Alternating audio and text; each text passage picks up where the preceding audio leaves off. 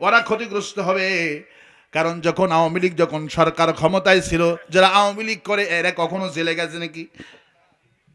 কারণ আওয়ামী লীগ গ্যারান্টি দিয়েছে যারা আওয়ামী লীগ করবে এরা কখনো জেলখানায় থাকবে না। এটা আওয়ামী লীগের ঘোষণা। যারা জয় বাংলা বলবে না এরা বাহিরে থাকবে না। যারা অন্য কিছু তন্ত্র মন্ত্র করবে ওদেরকে আস্ত রাখবো না। এটা হলো ফিরাউনের চরিত্র। মানুষের স্বাধীনতা হরণকারী হলো ফিরাউনের চরিত্র। কারণ মূসা আলাইহিস সালাম যখন ইমানের দাওয়াত দিলেন, মূসা আলাইহিস সালামকে ফিরাউন যে হুমকি দিয়েছিল, হাসিনা 16টা বছর সেই হুমকি দিয়েছে। জালেমদের চরিত্র এক। জালেমদের চরিত্র কয়টা?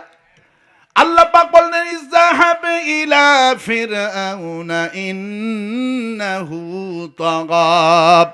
হে মুসা, বসে থেকো না, ইমানের দাওয়াত নিয়ে যাও। ইমানের মূল ভিত্তি হলো লা ইলাহা ইল্লাল্লাহ, লা ইলাহা